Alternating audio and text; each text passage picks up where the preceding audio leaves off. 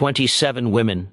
That's the number listed in a private ledger unearthed in 1978, concealed behind a false wall in what used to be the Tidewater District Magistrate's office in southeastern Virginia. 27 enslaved women who vanished from plantations across the region between March and November of 1847.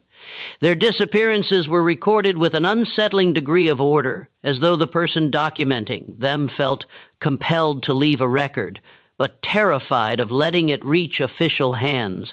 The entries are disturbingly precise: names, ages, physical descriptions, dates of last sighting, all written in the same calm practice script that appears on county marriage licenses and property transfers from that era. But it's the notes added later, penned in a different ink, that turn this ledger from troubling to horrifying.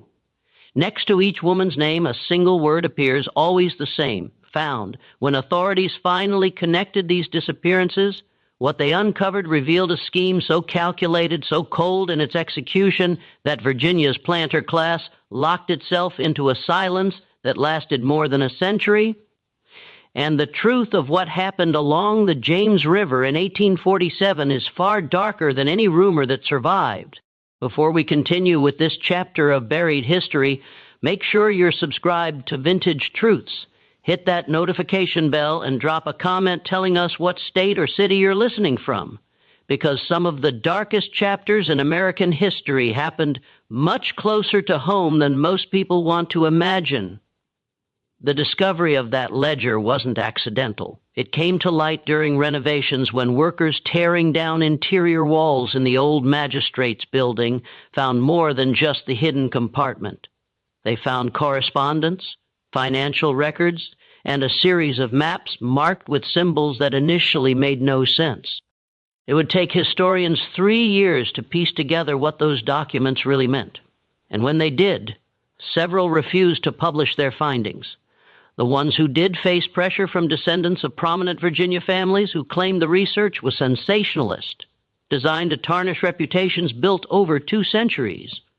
But the evidence was there, preserved in the very materials those families' ancestors had used to build their fortunes.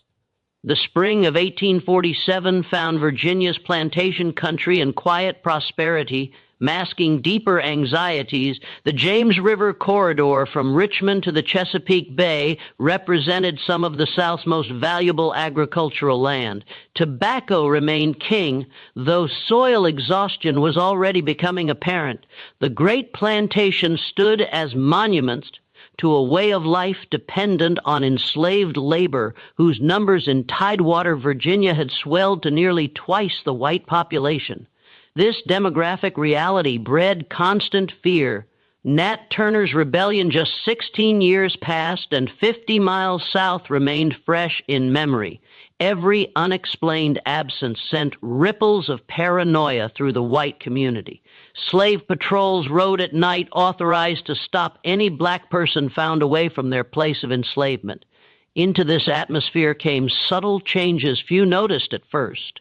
The Hanover County plantation of Josiah Hendress reported that Dinah, aged 24, with a scar above her left eyebrow, had run away in mid-March.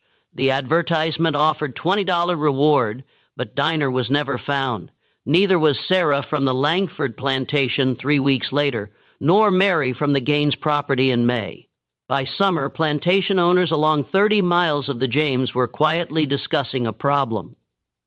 Enslaved women were vanishing, and despite extensive slave patrols and professional catchers, they weren't being recovered.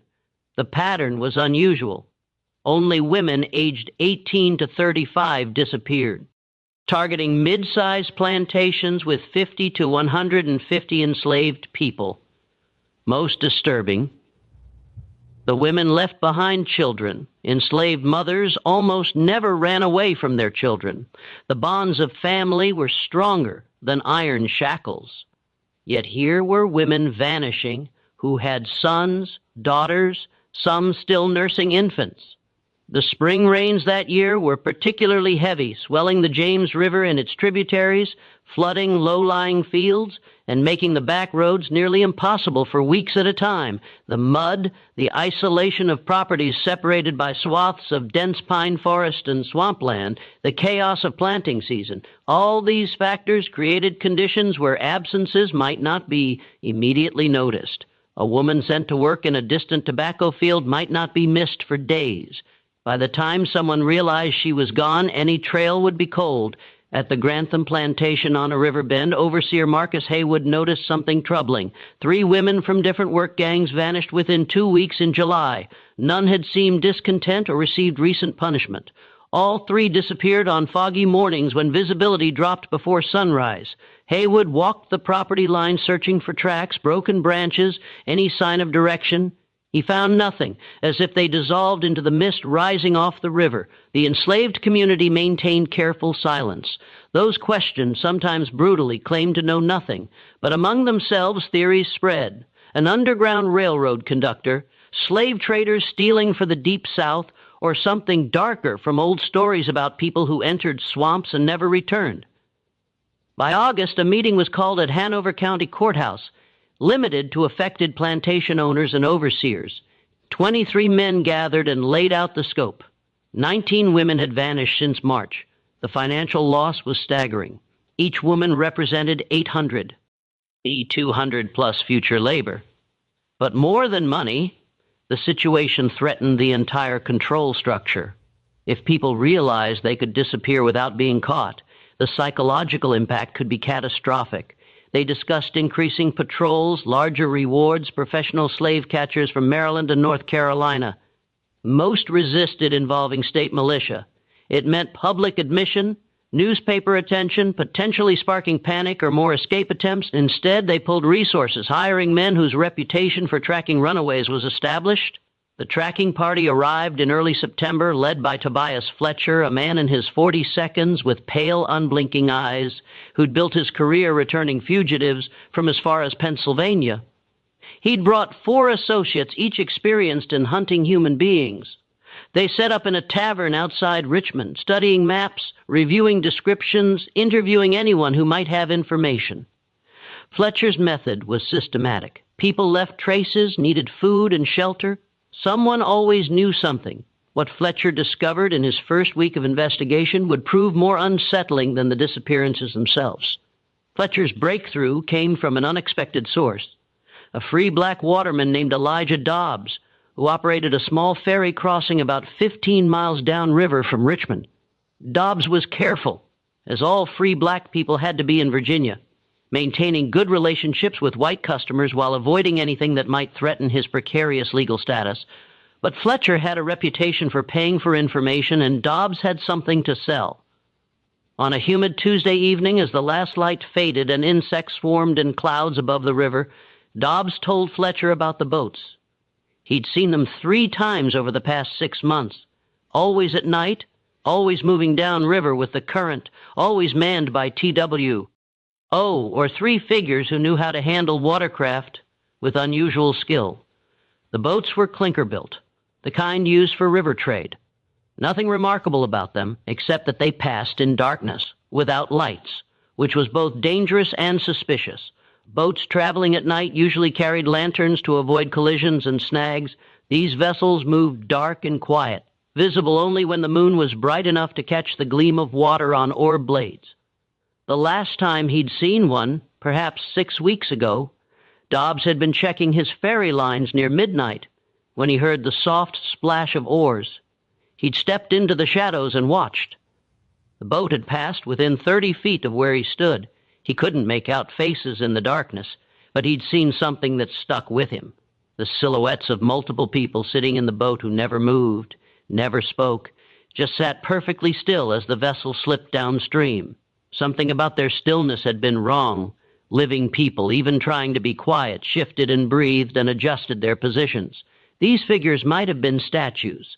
Fletcher absorbed this information without visible reaction, paid Dobbs $5, and added a quiet warning.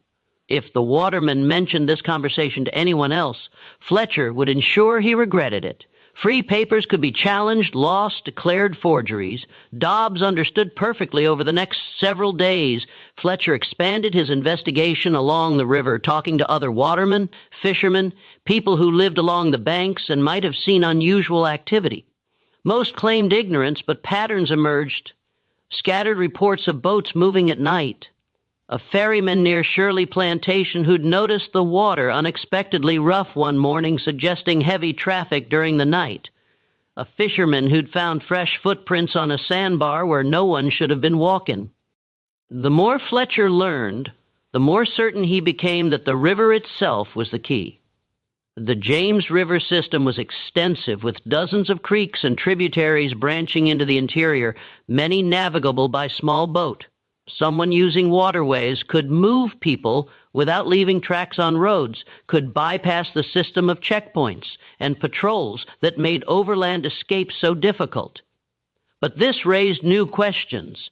Where were they going? The river led eventually to the Chesapeake Bay and the Atlantic beyond. But you couldn't simply row enslaved women to freedom. Even reaching northern states required careful planning, safe houses, contacts.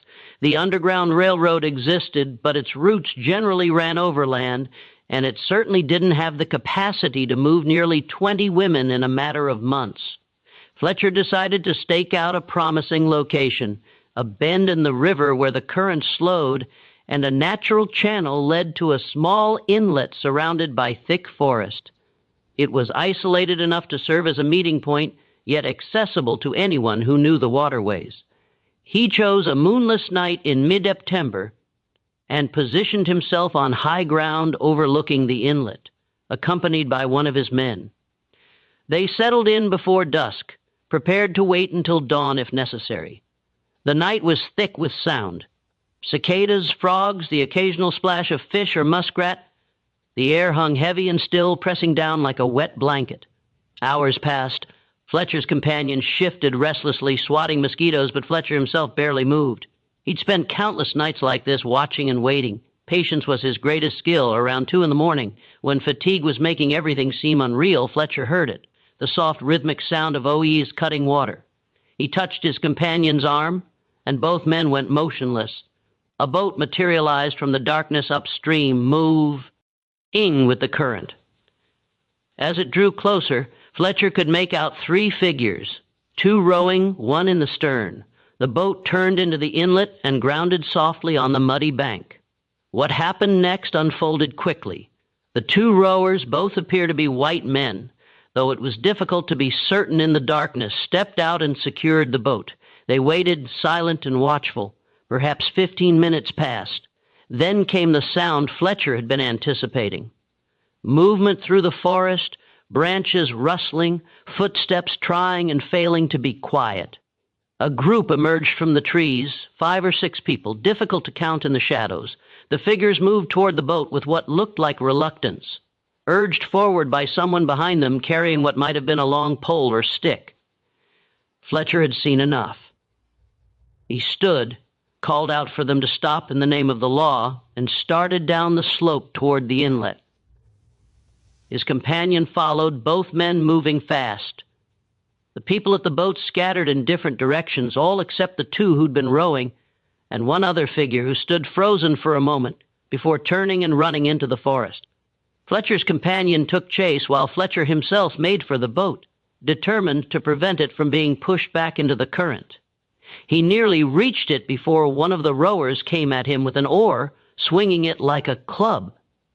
Fletcher had anticipated violence and ducked under the swing, catching the man around the waist and driving him to the ground. They grappled in the mud while the second rower shoved the boat into deeper water and jumped aboard, rowing frantically into the darkness. Fletcher could hear his companion crashing through the underbrush somewhere in the forest, could hear screaming, high-pitched and terrified, coming from multiple directions. The fight lasted perhaps 30 seconds before the man fled. Cher was grappling with went limp in his arms. For a moment, Fletcher thought he'd knocked him unconscious. Then he smelled it, the distinctive metallic scent of blood, warm and viscous, soaking into the mud beneath them. The man had fallen onto something sharp in the struggle, a broken branch, or perhaps a knife that had tumbled from his belt. The wound was deep in the abdomen, and the man was making a wet gurgling sound that Fletcher recognized. He'd heard it before. It was the sound of someone dying. Fletcher stood breathing hard and looked around.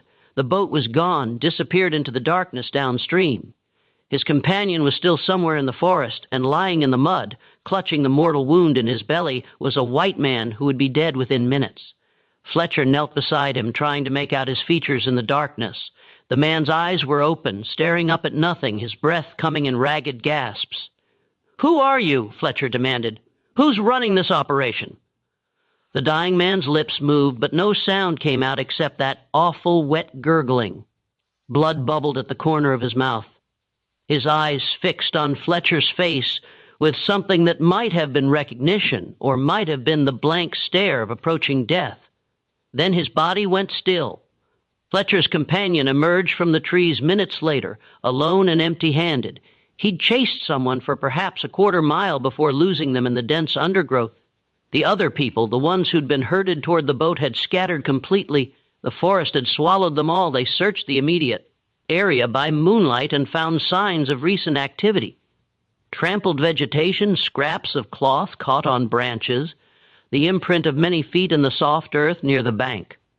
But most importantly, they found something that changed everything, hidden in the bushes near where the boat had been moored was a canvas sack, probably dropped in the panic of Fletcher's arrival. Inside were documents, papers with names and descriptions, what looked like bills of sale, and a ledger recording dates and locations. Fletcher carried the dead man's body and the sack back to his horse, working quickly before dawn broke. He needed to examine everything more carefully, and he needed to identify the dead man. Someone would be looking for him. Someone would need to explain what he'd been doing at that inlet in the middle of the night, helping to load people onto a boat headed down the James River. What Fletcher discovered in those documents would crack the case open like a rotten egg, revealing something far worse than a simple escape operation. The dead man's name was Jacob Puit, and he'd been employed as a clerk at the Richmond office of Sutherland and Company, one of Virginia's largest slave trading firms. This information sent Fletcher's investigation in a direction he hadn't anticipated. Slave traders dealt in human property, buying and selling people for profit, but they operated within a legal framework, maintaining records and paying taxes. They didn't typically run clandestine operations in the middle of the night, except the documents the Fletcher found suggested exactly that. The ledger listed names, dates, and what appeared to be prices paid and received. Most entries were straightforward enough. Purchases from estates, sales to plantation owners in Alabama and Mississippi, the routine transactions of the domestic slave trade. But there was a separate section written in a different hand that recorded something else entirely. These entries listed only first names or initials along with dates and cryptic location codes. The amounts noted were significantly lower than market value, sometimes less than half what a healthy young woman should command. Fletch. Ayres spent 2 days studying the papers before approaching the authorities. He understood the delicate nature of what he'd uncovered. Sutherland Company was a respected firm with connections throughout Virginia's planter class. Accusing them of criminal activity without ironclad proof would be professionally suicidal.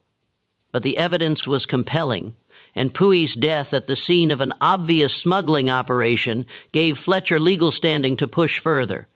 The magistrate he finally approached was George Reynolds, a man in his 52nds who'd served Hanover County for 2 decades and knew every prominent family in the region.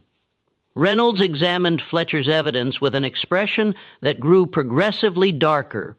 When he finally looked up, his first words were not what Fletcher expected. How many people know about this? Fletcher had brought no one else. Reynolds nodded slowly, as if this confirmed something he'd been thinking. Then he explained what Fletcher's investigation had stumbled into. The domestic slave trade was Virginia's dirty secret, though everyone knew it existed. The state's exhausted tobacco lands couldn't support the population of enslaved people that generations of natural increase had created. Meanwhile, the cotton boom in Alabama, Mississippi, Louisiana, and Texas created insatiable demand for labor. Virginia had become a breeding ground and export center, selling people south by the thousands every year. Families were separated, children torn from mothers, husbands from wives, all perfectly legal under Virginia law. The trade was brutal but profitable, and many prominent families supplemented their declining agricultural income through these sales. But even within this system, there were lines that weren't supposed to be crossed. Enslaved people sold south were supposed to be legally owned, properly documented, their sale recorded and taxed. What Fletcher had uncovered was something different.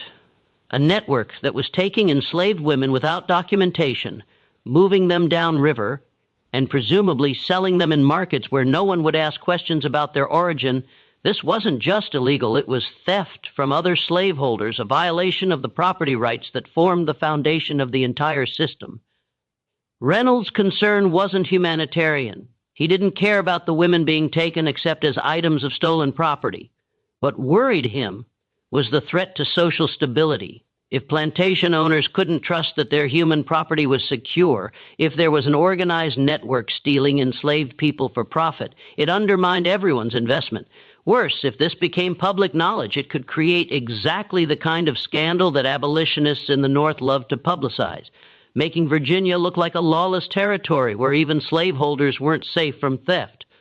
The magistrate decided that Fletcher's investigation would continue, but quietly. No public announcements, no newspaper coverage beyond the routine runaway advertisements that had already appeared. Reynolds himself would contact certain plantation owners, those whose women had disappeared, and arrange for a private meeting. Meanwhile, Fletcher would follow the trail downstream, trying to determine where the boats were going and who was receiving the stolen property. This is where the investigation took its darkest turn. Fletcher traveled downriver following the James toward the Chesapeake, questioning dock workers and tavern keepers. The trail led to City Point, where the Appomattox joined the James. Here, information came easier. What Fletcher sought wasn't unusual. It was business as usual. 3 witnesses confirmed boats matching his description at City Point docks, arriving after dark, departing before dawn. Cargo had been transferred to larger vessels bound for southern ports. No one found this strange. Enslaved people moved through City Point constantly, shipped to Charleston, Savannah, Mobile, New Orleans. No one looked closely at documents or asked uncomfortable questions. Fletcher identified the Catherine Marie, a coastal trader making regular runs to Charleston. Its June manifest listed 32 enslaved people. Comparing with Puett's ledger, the correlations were obvious. At least 6 disappeared. Women had likely been on that ship under different names described as legally owned property, though actually stolen. The scheme's beauty was its simplicity. Virginia's domestic trade moved thousands monthly. Documentation was often sloppy for distant sales. A woman from Hanover County could be given a false name described as property of a fictitious owner selling due to debt and shipped to Charleston where no one would connect her to a Richmond advertisement. She'd be sold at auction, money flowing to conspirators while the original owner absorbed the loss. But this raised the question that Fletcher couldn't answer. How were they taking the women in the first place? Enslaved people didn't just wander off plantations. They were watched, controlled, their movements restricted and supervised. Yet nearly 30 women had been removed without apparent struggle, without witnesses, without anyone seeing enough to sound an alarm until they were already gone. The more Fletcher learned about the distribution network, the less he understood about the initial abduction. The answer came from an unexpected source. One of the women who disappeared managed to come back. Her name was Rachel, and she'd been taken from a plantation in Gouchenan County in early August. She reappeared in late September, walking into the county courthouse in a state of near collapse, barely able to speak, her feet bloodied and her clothin' torn. What she told authorities once they got her water and somewhere to sit would explain everything and nothing, revealing a conspiracy that went deeper than anyone had imagined while raising questions that could never be fully answered. Rachel's story began on an August morning when she'd been working in the tobacco fields. An overseer, not the one assigned to her gang, someone she'd never seen before, had called her name and told her the plantation owner wanted to see her immediately. This was unusual, but not unprecedented. She'd followed the man toward the main house, wondering what she'd done wrong, already preparing herself for punishment. But instead of taking her to the main house, the overseer had led her to a wagon waiting on a side road where two other women from neighboring plantations were already sitting, looking confused and frightened. Before Rachel could run or scream, she'd been grabbed. A cloth soaked in something sweet-smelling had been pressed over her face, and darkness had swallowed her. She'd woken hours later in the hold of a boat, her wrists bound, her head pounding, unable to see anything in the complete blackness below deck. She could hear other women breathing around her, could hear the creak of wood and the splash of water against the hull. The boat had been moving downriver. What followed existed in fragments, darkness, being moved between locations, examined by men speaking about her as livestock, held in a warehouse near water where she heard ships and smelled salt air, then chaos, shouting, something breaking, running. In the confusion, Rachel slipped away and hid. Her journey back took 2 weeks traveling at night, stealing food, drinking from streams, following the North Star and river. She had no clear memory of captors' faces, no names, only that some were white and at least one was black, possibly enslaved and forced to participate. The drug left her memories hazy. Rachel's return confirmed Fletcher's theory. An organized network had been systematically kidnapping women, drugging them, moving them downriver, holding them near City Point before shipping them south. The operation required insider knowledge of which plantations to target when overseers would be distracted. It required resources, boats, holding facilities, southern market contacts, and it required ruthlessness, a willingness to kidnap and sell human beings with no regard for violence or property law. Fletcher had identified the distribution method. He had Jacob Puig's ledger connecting Sutherland and Company to the illegal sales. He had Rachel's testimony about the kidnapping process. What he didn't have was the identity of the person running the operation, the individual who'd planned everything and profited most from it. That would require one more piece of evidence, one more break in the case that would come from the last place anyone expected. The meeting at Eagle Tavern in Richmond gathered 14 plantation owners, Fletcher, 2 sheriffs, and Thomas Waverly, a young attorney from the governor's office. Reynolds presented Fletcher's findings: nighttime boats, Puig's death and ledger, Sutherland and Company S connection, Rachel's testimony about being drugged and held captive. The mood shifted from anger to something darker as the conspiracy's scope became clear. These weren't runaway slaves. This was theft by other members of their own class, people they did business with, attended church with, shared social obligations with. Discussion grew heated. Some wanted immediate raids on Sutherland and Company public prosecution, but Reynolds and others urged caution. James Sutherland sat on 3 bank boards, had served in the legislature. Accusing him without absolute proof would trigger years of legal battles, destroying reputations. Thomas Waverly added another concern: publicity. Abolitionists would seize this as proof of systemic corruption, argue for federal intervention. Better to handle it quietly, prosecute without fanfare, avoid giving ammunition to slavery's enemies. Fletcher listened to all this with growing frustration. He was being paid to solve a mystery, and he'd solved it. The criminals were identifiable. The evidence was solid. That should be the end of the matter. But as he listened to these wealthy men debate strategy and public relations, he began to understand that the truth was more complicated than he'd realized. Discussion focused on a crucial question. The women sold south. Rachel had escaped, but she was the only one. The others, 26 women, were scattered across plantations from Carolina to Louisiana, living under false names, unable to prove their true identity. Recovering them would be nearly impossible, requiring multi-state cooperation and proof of ownership established months after the fact. Harrison Wickham, who'd lost 2 women, made a stunning proposal. Let it go. Accept the financial loss. Shut down the network, but don't pursue prosecution that would expose everything publicly. The women were gone, already sold. Bringing them back would require admitting Virginia's system of patrols and documentation was weak enough that a gang had stolen 30 people over months. Better to handle it privately, ensure it didn't happen again, and move on. Several agreed. Waverly objected. If unpunished, other networks would form. Law meant nothing unenforced, especially when criminals came from the same class as victims. The debate raged for another hour before Reynolds proposed compromise. Continue investigating to identify everyone involved, deal with them privately through forced restitution and social ostracism, but no public trial, and the women so. LD South would remain where they were. The cost of recovery, financial and political, was too high.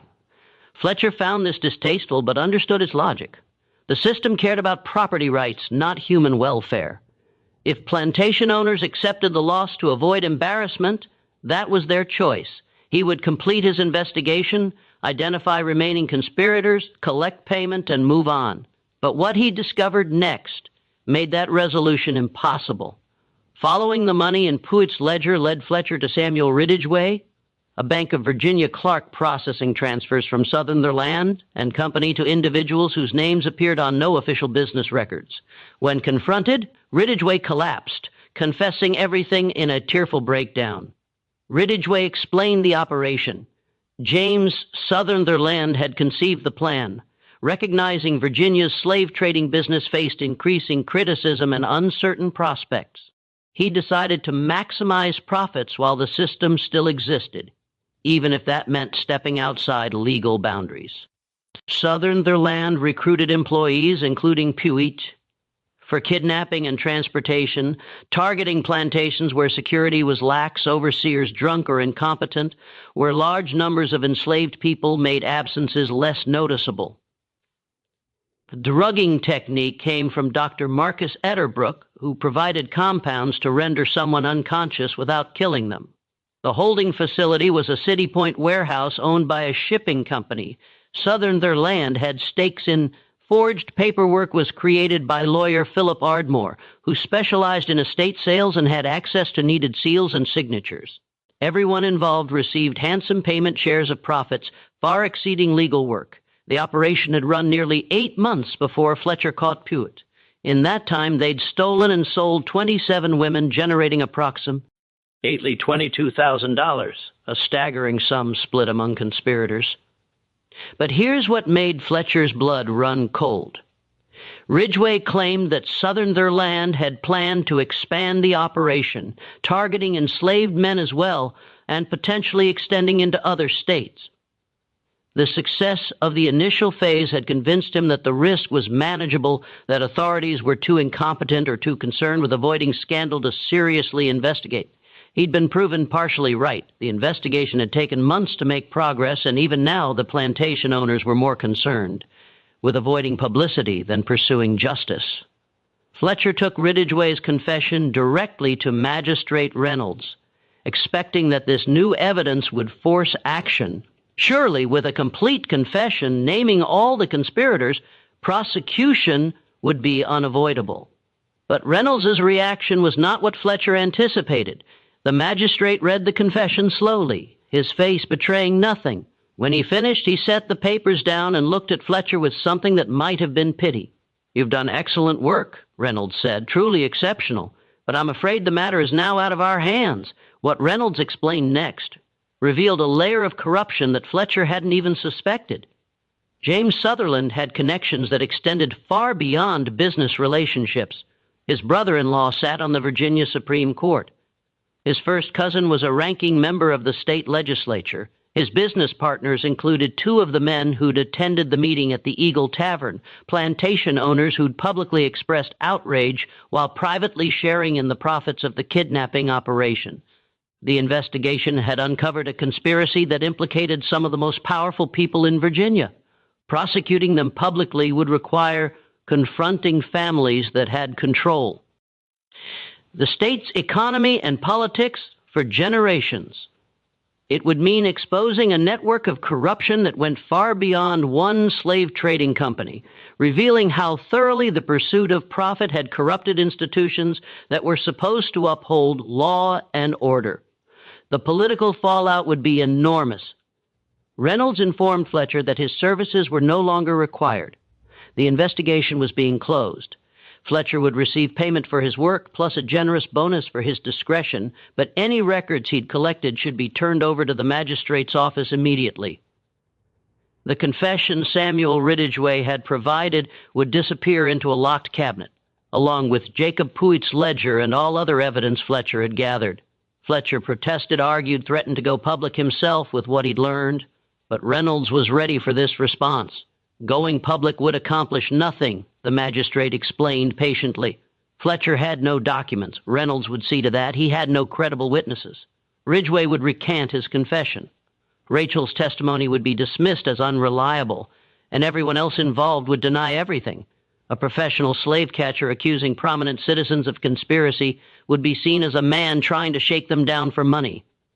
Fletcher's reputation would be destroyed, his career ended, and he might even face criminal charges for slander. The system was protecting itself, closing ranks against the truth. Fletcher understood that he'd lost before he'd even realized he was in a fight. He accepted his payment, handed over his records, and left Virginia the following week, never to return. But the story didn't end there. Samuel Ridgway's body was discovered in the James River 3 days after his confession, tangled in tree roots near the Rocket's landing docks in Richmond. The official determination was suicide, by drowning, a man overcome by guilt and despair. No one mentioned that his hands had been bound before he went into the water, or that bruises around his throat suggested he'd been unconscious before he drowned. The sheriff who examined the body noted these details in his private journal, but signed off on suicide for the public record. Dr. Marcus Esbrook left Virginia in early November, supposedly to take a position at a hospital in Baltimore. He never arrived there. His carriage was found abandoned on a road north of Fredericksburg. One wheel broken, the horses gone, no sign of the doctor himself. Another mysterious disappearance in a year that had seen too many.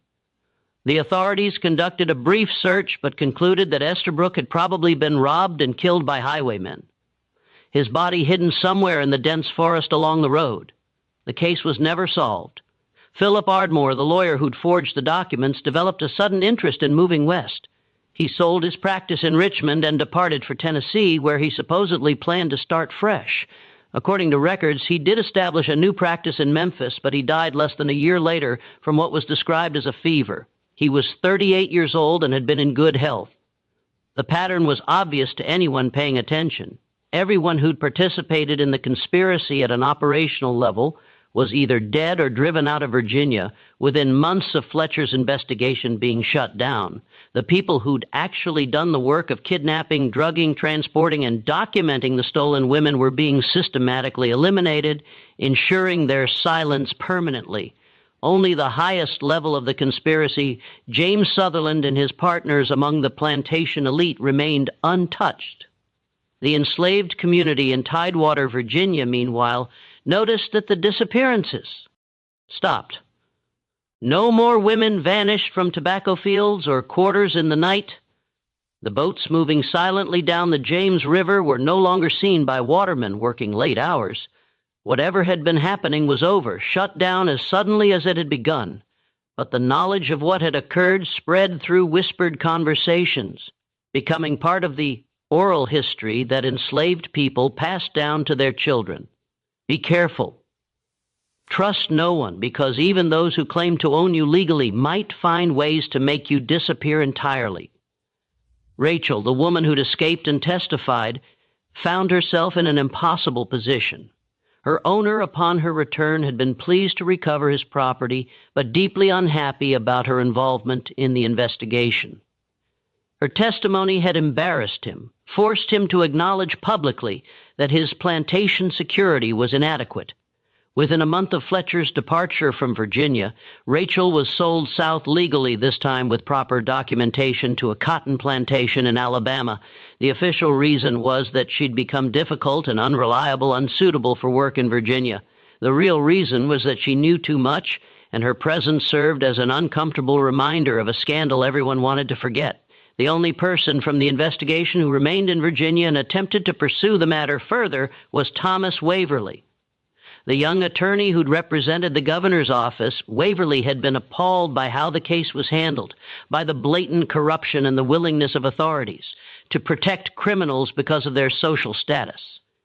He wrote a detailed report to the governor describing everything he'd learned and recommending prosecution, despite the political difficulties. The governor never responded to this report. Instead, Waverly was quietly reassigned to administrative duties that kept him far from any real legal work. When he persisted in raising concerns about the case, he found himself increasingly isolated, his colleagues avoiding him, his superiors making it clear that his career prospects depended on his ability to understand when silence was appropriate. Waverly held out for 6 months before resigning his position and leaving Virginia entirely, joining a law practice in Philadelphia, where he later became involved with the abolitionist movement. By the end of 1848, 14 months after the first disappearances, the entire affair had been successfully buried. Sutherland and Company continued operating as if nothing had happened, though James Sutherland himself gradually withdrew from day-to-day management, installing his son-in-law as the public face of the business. The plantation owners who'd lost women absorbed their financial losses and moved on. The criminal network that had kidnapped nearly 30 people was completely dismantled, its members dead, departed, or thoroughly intimidated into silence. But there was one loose end that no one had anticipated, one piece of evidence that survived the cover-up. In early December 1848, a package arrived at the office of the Richmond Enquirer, the city's leading newspaper. Inside was a letter and a copy of documents. Not the originals that Fletcher had been forced to surrender, but copies he'd apparently made before turning over his evidence. The letter explained in clear, detailed prose exactly what had happened: the systematic kidnapping of enslaved women, the conspiracy involving prominent citizens, the investigation that had been shut down to avoid scandal, the subsequent deaths and disappearances of witnesses. The letter was signed, a friend to justice, but the newspaper's editor, John Pleasance, recognized the handwriting. It belonged to Thomas Waverly, though Waverly had been careful not to include an I thing that could prove he'd sent it. Attached to the letter were copies of Puey's ledger, Ridgway's confession, and a list of the 27 women who'd been stolen and sold south, including the names of their original owners and the approximate dates they disappeared. Pleasance faced a difficult decision. Publishing this material would create exactly the kind of scandal that Virginia's elite had worked so hard to prevent. It would expose corruption at the highest levels of society, embarrass powerful families, and likely provoke retaliation against the newspaper and Pleasance himself. But it was also an extraordinary story, the kind of investigative revelation that newspapers existed to bring to light. And Pleasance, despite his own background as a slaveholder, had growing doubts about the institution he was part of. He sat on the material for 3 days, reading and rereading the documents, consulting with his editorial staff, trying to decide what the right course of action was. Finally, he made his choice. He would publish an edited version of the story, focusing on the kidnapping conspiracy itself, while leaving out specific names of the most prominent citizens involved. This way, the truth would enter the public record without causing complete political chaos. The story ran in the Richmond Enquirer on December 12, 1848, under the headline, Organized Theft of Slave Property Exposed in Tidewater Counties.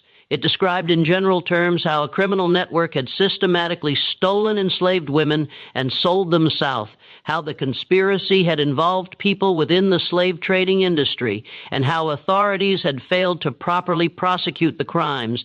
It named Jacob Puet, already dead and unable to sue for defamation, and mentioned Sutherland and Company in connection with Puet's employment, though it stopped short of accusing James Sutherland directly.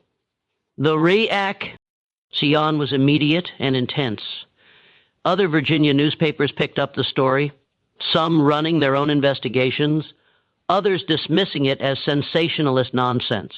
Northern abolitionist papers seized on the article as proof that the slave system was inherently corrupt, using it as ammunition in the ongoing political debates about slavery's expansion into Western territories. Pro-slavery advocates in Virginia denounced the coverage as exaggerated and harmful to the state's reputation. James Sutherland himself published a statement denying any wrongdoing, claiming that Hewitt had been a rogue employee acting without authorization and threatening legal action against anyone who suggested otherwise. Several of the plantation owners who'd lost women wrote letters to the editor confirming that disappearances had occurred, but expressing confidence that they were due to escapes rather than kidnapping. Magistrate Reynolds issued a brief statement saying that his office had investigated the matter thoroughly and found no evidence of conspiracy beyond one reckless criminal who'd since died. But the damage was done. The story was out in the world, impossible to completely suppress. The facts might be disputed, details might remain hidden, but the basic truth had entered public consciousness. Something terrible had happened along the James River. In 1847, enslaved women had vanished, and the authorities had failed to protect even the property rights they claimed to hold sacred. John Pleasance paid a price for publishing the story. 3 weeks after it appeared, he was challenged to a duel by the son of one of the men implicated in Waverly's documents. The duel was ostensibly about an unrelated editorial, but everyone understood the real reason. Pleasance accepted the challenge as honor demanded and was killed by a pistol shot to the chest on a cold morning in January 1849. He was 40 years old. The killing of a newspaper editor for publishing an inconvenient truth shocked even Virginia's duel-accustomed society. There were calls for prosecution, but dueling occupied a strange legal space, officially illegal but socially tolerated among gentlemen. The man who'd killed Pleasance faced no serious consequences. The message was clear. Some truths were dangerous to speak, and those who spoke them did so at their own risk. Yet, despite all the efforts at suppression, despite the deaths and the cover-ups and the threats, the story survived. It passed into Virginia's historical record as a strange incident from the antebellum period. Details murky and disputed, but the basic outline preserved. And slowly, very slowly, pieces of additional evidence emerged over the years that confirmed what Waverly and Fletcher had uncovered. The full truth of what happened in 1847 wouldn't come to light until more than a century. Later, when the documents discovered during the 1978 renovation were authenticated and cross-referenced with other historical records that had survived in various archives. What those documents revealed was even darker than anyone in 1848 had imagined. James Sutherland had indeed conceived and run the kidnapping operation, but he hadn't acted alone or even been the primary beneficiary. The conspiracy included at least 7 prominent plantation owners, men who'd sat in the Eagle Tavern expressing outrage while knowing full well what had happened to the missing women. These men had been equal partners in the scheme, providing information about which plantations to target, helping to arrange the kidnappings and sharing in the profits when the women were sold south. The reason for their involvement was cold economic calculation. Virginia's slave economy was in decline. Everyone could see it, but few were willing to admit it publicly. These men had watched their wealth slowly eroding as tobacco exhausted their soil and younger sons of established families moved west to seek better opportunities.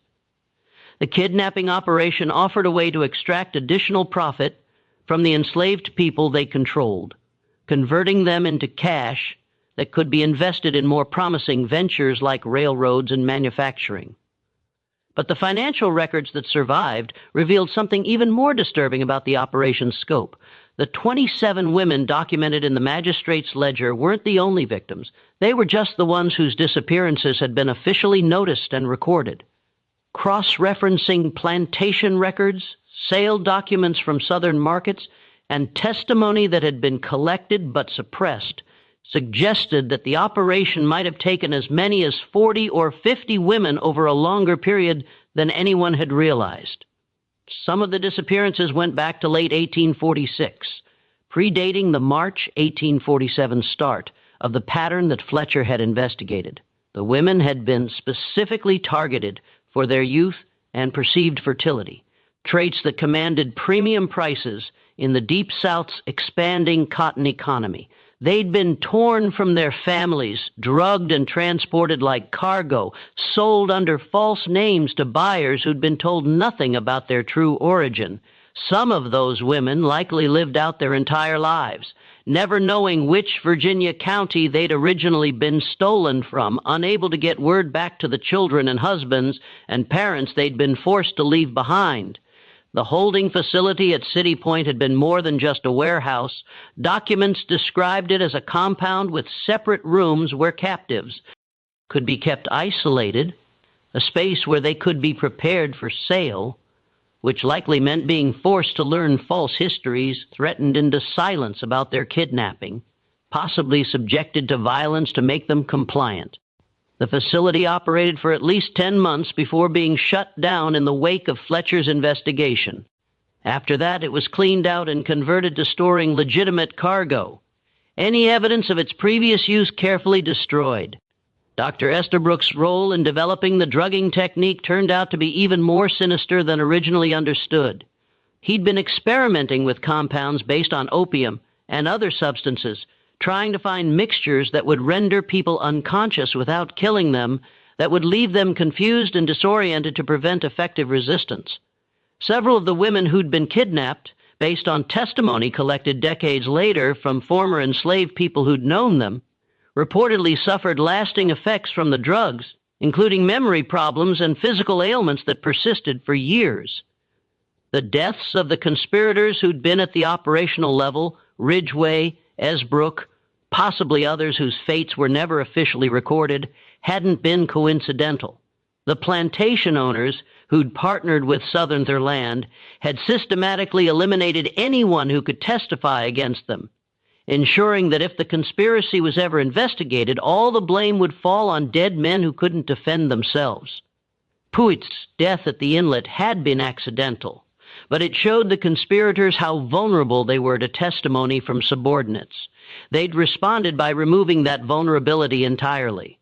Thomas Waverly's attempt to expose the conspiracy through the Richmond Enquirer and John Pleasant's death after publishing the story represented the system protecting itself in the most brutal way possible.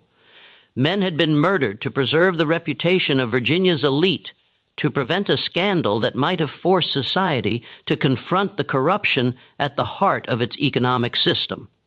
The violence wasn't aberrant. It was fundamental to how power maintained itself. But here's what the 1978 discovery also revealed. One of the women who'd been kidnapped had found a way to bear witness.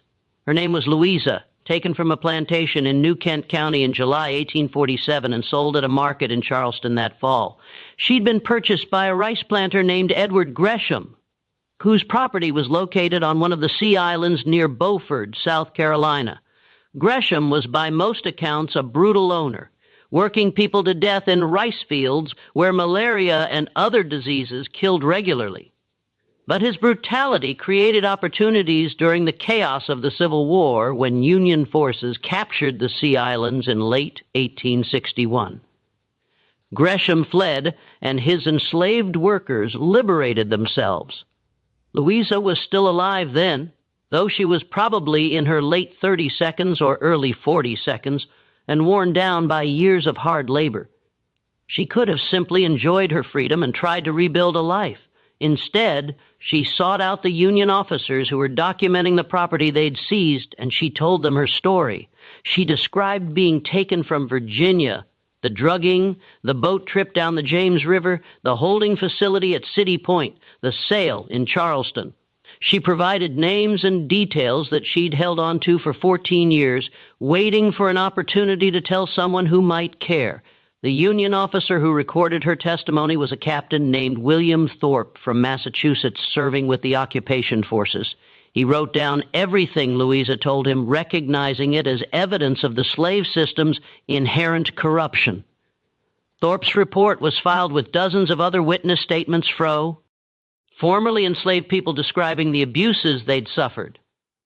After the war, these documents were archived and largely forgotten, gathering dust in government storage until historians began examining them in the 1960s and 1970s as part of renewed interest in Reconstruction-era records. When Louise's testimony was finally read alongside the documents from the magistrate's office, the full story came together. The names she'd mentioned matched names in the conspirators' records. The dates aligned. The descriptions of the holding facility at City Point corresponded with architectural details that could still be verified in 1978. She'd even remembered the false name she'd been given, Mary Jenkins, and historians were able to find a Mary Jenkins in the Charleston market records from fall 1847. Described as being sold from the estate of a deceased Virginia farmer, Louisa's testimony didn't explain everything. There were still gaps, missing pieces, questions that could never be answered. But it provided verification from someone who'd lived through the horror, who'd spent 14 years carrying the truth until she found someone willing to listen. And embedded in her testimony was a detail that none of the other records had captured, what it felt like to be one of the women taken. She'd described the moment of being grabbed, the terror of waking up in darkness with no understanding of where she was, the slow realization that she'd been stolen and sold and that no one was coming to bring her back. She described the other women crying, calling out for children and husbands, begging to be let go. She described the desperate hope that someone would discover what had happened, that the law would intervene, that somehow this nightmare would end. And then she described the gradual crushing of that hope as days became weeks, and they were loaded onto ships and taken further and further. Or from anything familiar.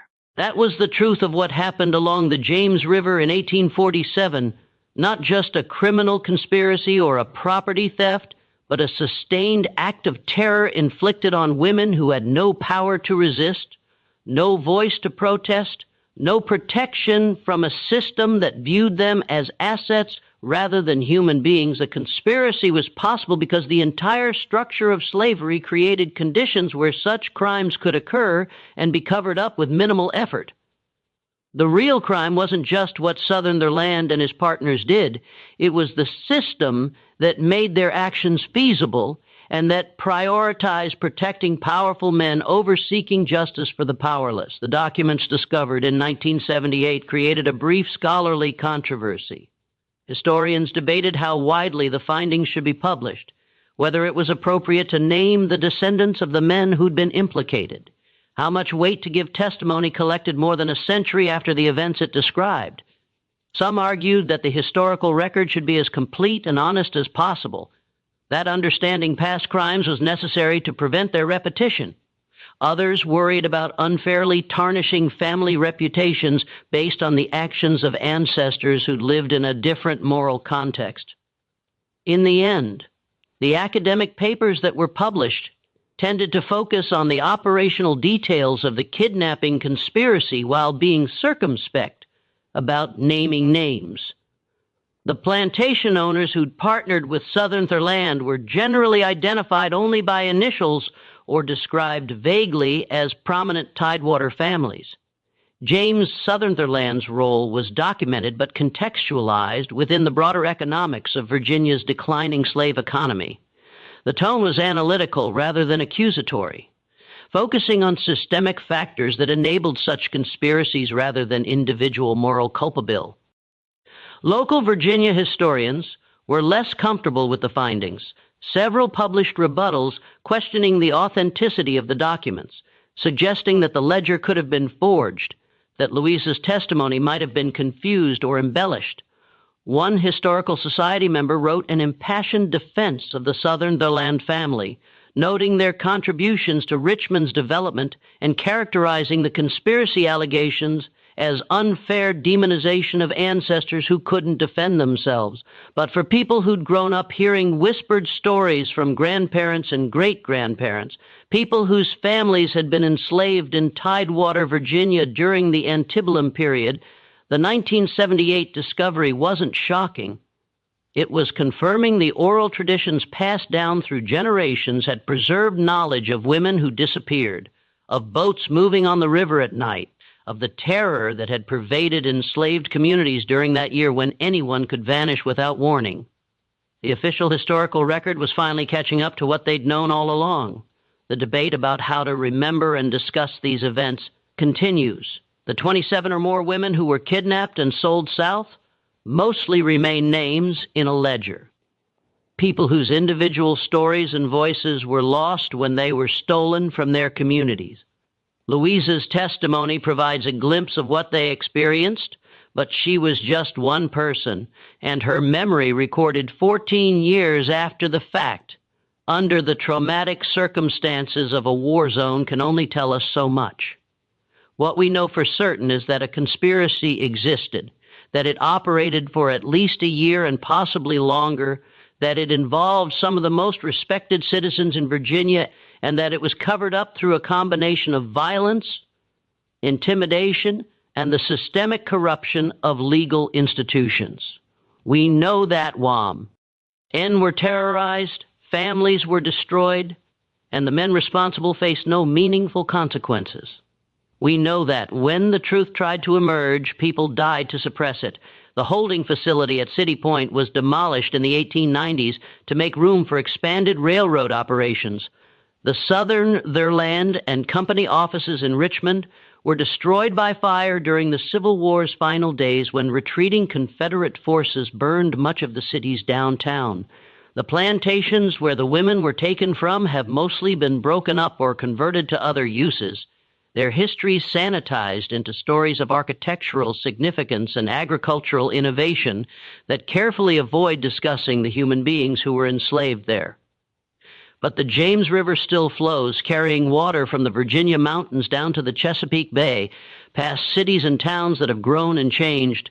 While the river itself remains largely unchanged, people still boat on it, fish in it, build their homes along its banks. And if you know the history, if you understand what happened along these waters in 1847, you can't look at the river the same way. You can still see it if you know how to look, the river as it once was, a quiet waterway that doubled as a corridor for human trafficking, carrying women toward a fate they had no power to resist, water that witnessed suffering in silence and has guarded those memories for more than a century and a half. The magistrate's ledger, its precise handwriting, its steady documentation, and that single repeated word, found, rests in an archive today accessible only to researchers who formally request it. But the true meaning of found, what happened to those women after they were located, seized, and sold farther south, remains mostly obscured. Some of them may have survived long enough to witness emancipation in 1865, though by then they would have been. In middle-aged, their bodies worn down by decades of forced labor. Others likely died much earlier, lost to disease, childbirth, or the brutal grind of life on cotton and rice plantations. A handful might have escaped a second time during the chaos of the Civil War, slipping north into the fragile promise of freedom. But most were forced to live out their days far from Virginia, unable to return to the families they'd been torn from, unable even to be laid to rest in the communities that once knew their names. And that is the final cruelty. Not only were these women stolen and sold, they were erased, their names altered, their histories buried, their connections to their own people severed so completely that even now, generations later, we can only trace fragments of their lives. They survive in the historical record as ink on aging paper, as coded references and shipping manifests, as blank spaces where human stories should have been. So what do you make of it? Do you believe the full truth of what happened along the James River in 1847 has finally surfaced? Or are there still shadows waiting to be uncovered? Share your thoughts in the comments below.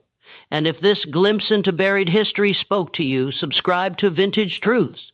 Hit that notification bell and share this video with someone who values the stories that textbooks leave behind. The past holds more darkness than we usually admit, and many more stories like this are still waiting to be told.